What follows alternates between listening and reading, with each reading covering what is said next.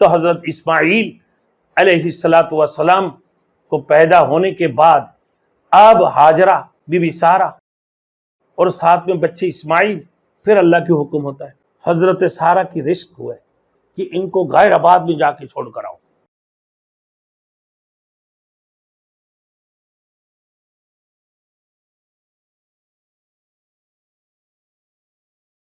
Thanks for watching. Don't forget to like, comment, share and subscribe to Maulana Habibullah Ruhani Official. جب حضرت ہاجرہ کی بطن سے حضرت اسماعیل علیہ السلام کو اللہ نے پیدا فرمایا تو حضرت اسماعیل علیہ السلام کو پیدا ہونے کے بعد اب ہاجرہ بی بی سارہ اور ساتھ میں بچے اسماعیل، پھر اللہ کے حکم ہوتا ہے حضرت سارہ کی رزق ہوا ہے کہ ان کو غیر آباد میں جا کے چھوڑ کر آؤ۔ حضرت ابراہیم و خلیل اللہ علیہ السلام، ان کی بیوی سارہ حضرت ابراہیم و خلیل اللہ علیہ السلام کی چچا زاد بہن تھی، اور ان کے جب رزق ہوئے تو اس وقت میں وہ کہنے لگا کہ ان کو غیر آباد جگہ میں چھوڑ کر آ جاؤ۔ اللہ اکبر۔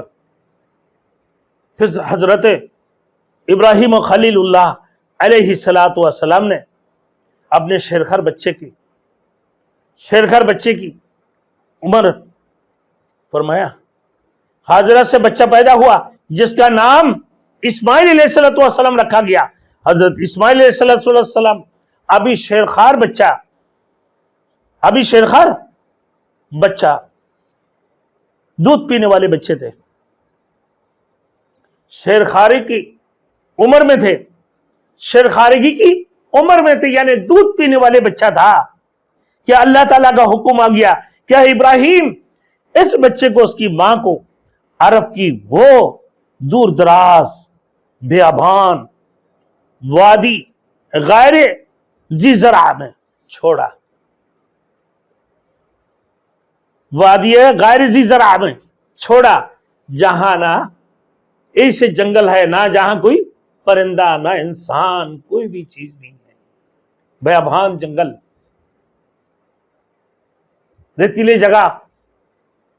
اس سراب رنگ بو کو گل ستا سمجھائے تو، آہ آنادا کفس کو آشیا سمجھائے تو، ہے کیا ندان اس سراب رنگ بو کو گل ستا سمجھائے تو، آہ آنادا کفس کو آشیا سمجھائے تو۔ سیراب کو یہ گلستہ سمجھ رہے تھے، بیابان جگہ۔ حضرت اسماعیل علیہ السلام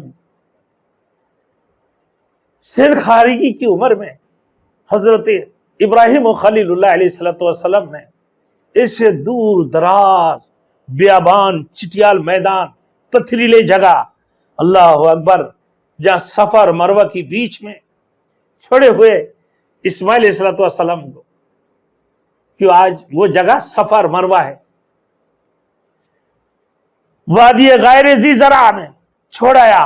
آپ نے حکم کی تعمیل میں بی بی اور بچے کو ہمراہ لیا اور موجودہ مکہ مکرمہ والے مقام پر پہنچے، جو کہ اس وقت بے آب و گیاہ وادی تھے۔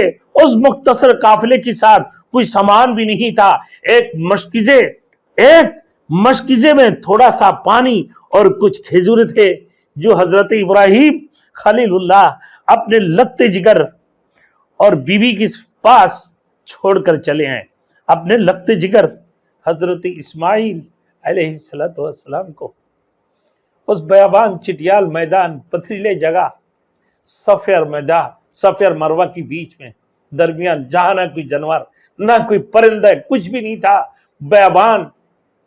فرماتے ہیں وہ ایسے مقام تھے، ایسے مقام، فرماتے ہیں دور دراز جگہ، کیسے دور دراز جگہ، دور دراز بیابان، وادی غیر ذی زرع میں چھوڑ کر آیا، چٹیال میدان کے اندر،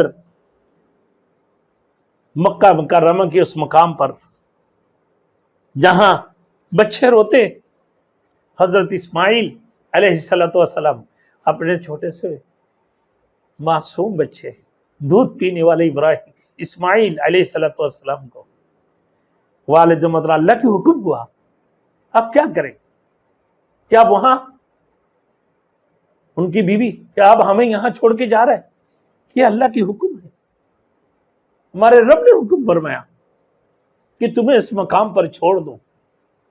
اللہ نے اس جگہ کو آباد کرنا تھا۔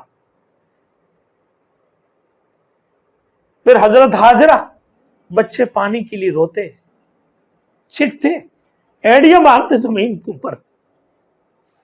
ماں ہاجرہ کبھی صفا اور کبھی مروہ، کبھی صفا کبھی مروہ، اسے چکر لگاتے رہے،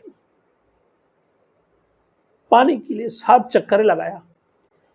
جب صفا میں آتے تھے تو مروہ میں پانی نظر آنے لگتا۔ اس شراب رنگ منہ کو گل ستا سمجھا ہے حضرت حاجرہ نے اس وادی، اس پتھریلے جگہ کو، بیابان وادی غیر، اس جگہ کو دیکھا کہ وہاں پر شاید پانی ہے۔ پھر بکے جاتے، جب وہاں جاتے تو یہ دیکھتے تھے کہ شاید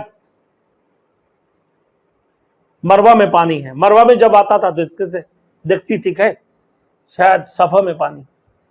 7 چکریں لگائی، لیکن وہ شیرخوار بچے حضرت اسماعیل علیہ الصلوۃ والسلام اپنا ایڑیاں رگڑتے رہے۔ جب ایڑیاں رگڑے، ان کی ایڑیوں کے نیچے سے پانی نکل پڑے ہیں، جس کو اللہ نے آب زمزم بنا دی ہے۔ اور بی بی ہاجرہ نے کہنے لگا کہ اگر وہ زمزم نہیں کہتی، پورے دنیا میں یہ پانی پہنچ جاتے۔ وہ کہہ دیا کہ زم زم، بس آپ زم جا، رک جا۔ وہ آب زمزم وہاں سے نکل پڑے ہیں، خود بھی سیراب ہو کر پیے، بیٹے کو بھی پلائے۔ صفا مروہ آج حاجیوں کے لیے واجب ہے، یہ صفا مروہ کے چکر لگانا۔ ان الصفا والمروہ من شعائر اللہ فمن حج البیت او اعتمر فلا جناح علیہ ان یطوف بہما ومن تطوع خیرا فإن اللہ شاکر علیم۔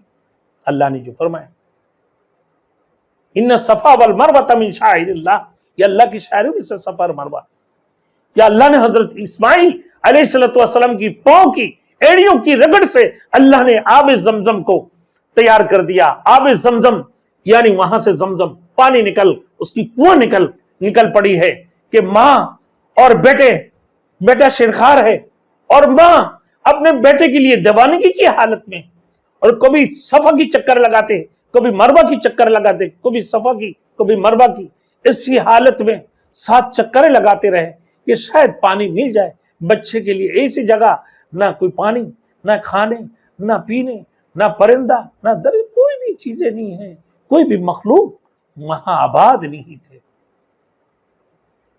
بالآخر اللہ نے آب زمزم پیدا فرما دی، تو فرمایا پھر وہاں میرے دوستوں حضرت ابراہیم خلیل اللہ علیہ السلام کچھ عرصے کے بعد ملک شام اور فلسطین سے نکل کر آتے تھے اپنے بیٹے بیوی کی خبر گیری کرنے کے لیے۔